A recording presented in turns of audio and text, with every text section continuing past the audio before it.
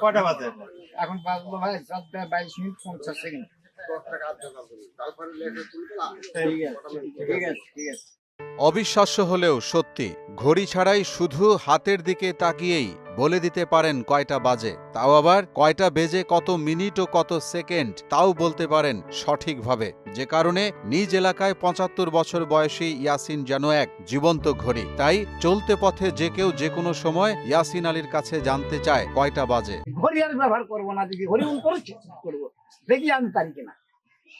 তখন ঘড়ি লাগতাম আর অন্তরের সাথে ট্রাই করতাম, করতে করতে করতে করতে হিসাব করে হ্যাঁ মনের সাথে ট্রাই করে ঘড়ির সাথে মিলে যায়। আস্তে আস্তে আস্তে আস্তে দেখলাম যে হ্যাঁ এটা আমার একটা শখ। এখন এখন বাজলো এখন 4:36:38। রাইট। এমন আশ্চর্য ঘটনার জন্ম দেয়া ইয়াসিন আলীর বাড়ি নওগাঁ জেলার রানীনগর উপজেলার কালীগ্রাম ইউনিয়নের রাতুয়াল গ্রামে। কি সকাল, কি দুপুর কিংবা রাত, যে কোনো সময় তার কাছে জানতে চাওয়া হলে তিনি বলে দেন সময় কত, যা হুবহু ঘড়ির কাঁটার সঙ্গে মিলে যায়। সবার কাছে ঘড়ি ইয়াসিন হিসেবেও পরিচিত এই বৃদ্ধা সাইকেল চালিয়ে কাঁচা সবজির ব্যবসা করে জীবিকা নির্বাহ করেন। ঘড়ি ছাড়ার সময় বলতে পারায় তার নামে একটি গ্রামের নামও হয়েছে ইয়াসিনপুর গ্রাম। হাত দেখা ঘড়ির কথা বলে দেয়, তাই ওনার নামে নাকি ইয়াসিনপুর হয়ে গেছে। তখন কাগজ খাতায় কলমে সন হয়ে গেছে যে ইয়াসিনপুর, সে লোকের নাম সন করছিল ইয়াসিন নামেরই ইয়াসিনপুর হয়ে গেছে। তো আমরা স্কুলে যাওয়া আসার পথে দাদুর সঙ্গে যখন দেখা হয় তখন আমি দাদুকে জিজ্ঞেস করি যে দাদু এখন কত বাজে। দাদু একদম সঠিক সময়টা বলে দেন। ঘড়ি ছাড়া হুবহু সময় বলতে পারায় এলাকার মানুষও তাকে নিয়ে বেশ কৌতূহল থাকে। তার এমন প্রতিভা দেখে স্থানীয়রা রীতিমতো বিস্মিত। ইয়াসিন আলীকে নিয়ে গর্ব করেন তার স্ত্রী সহ স্থানীয় লোকজনও। অনেকে বললেন তিনি ছোটবেলা থেকেই ইয়াসিনের এমন গুণের কথা জানেন।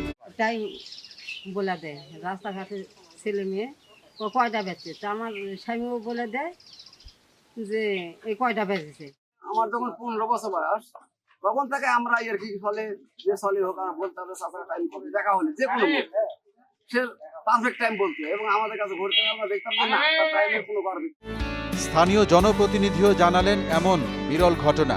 বললেন ইয়াসিন আলী প্রায় 25 বছর যাবৎ হাতের দিকে তাকিয়ে বলতে পারেন ঘন্টা, মিনিট ও সেকেন্ড। তিনিও গর্ব করেন ইয়াসিন আলীকে নিয়ে।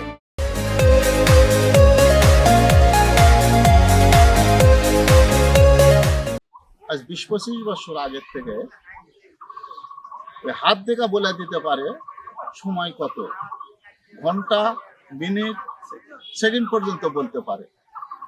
তাহলে ওনাকে জিজ্ঞাসা করলে উনি বলবে, হাতের দিকে তাকা বলে দেয় যে এত ঘন্টা, এত মিনিট, এত সেকেন্ড।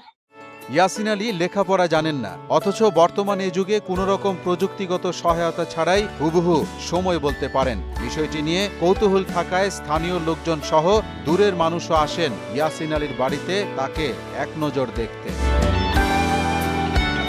মোহাম্মদ আলিউল্লাহ, মোহনা ডিজিটাল।